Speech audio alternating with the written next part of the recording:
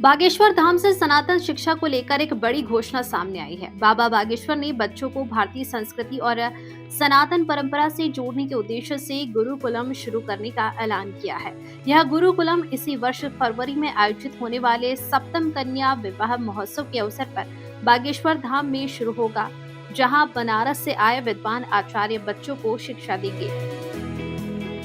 घोषणा करते हुए बाबा बागेश्वर ने कहा कि सनातन विद्या ही जीवन की सबसे बड़ी पूंजी है। उन्होंने एक सूक्ति का उल्लेख करते हुए कहा कि विदेशेषु धनम विद्या, यानी यदि व्यक्ति के पास धन ना हो लेकिन विद्या हो तो वही विद्या हर परिस्थिति में उसे संभाल लेती है। साथ ही बाबा बागेश्वर ने बताया कि गुरुकुलम में वेद, पुराण, रामायण, महाभारत और श्रीमद् भगवत गीता जैसे ग्रंथों की शिक्षा दी जाएगी।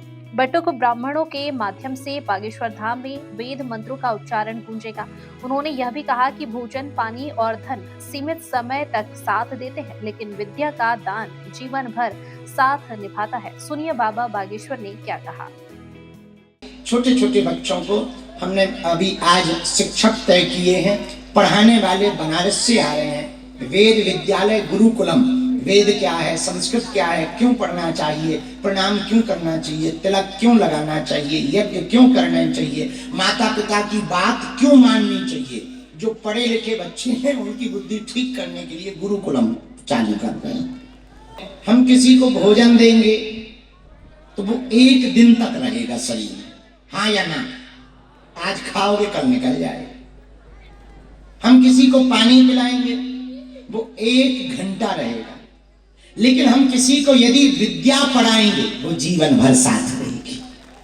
इसलिए आज ये खुशखबरी है कि फरवरी में कन्या विवाह के मध्य में ही गुरुकुलम प्रारंभ होने जा रहा है।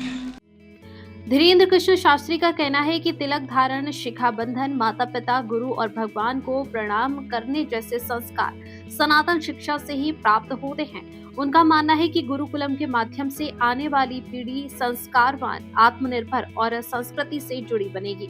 अब लोगों के मन में यह सवाल भी है कि आधुनिक शिक्षा के साथ यह गुरुकुल व्यवस्था किस तरह तालमेल बैठाएगी, लेकिन बाबा बागेश्वर की यह पहल सनातन संस्कृति को नई पीढ़ी तक पहुंचाने की दिशा में एक बड़ा कदम मानी जा रही है।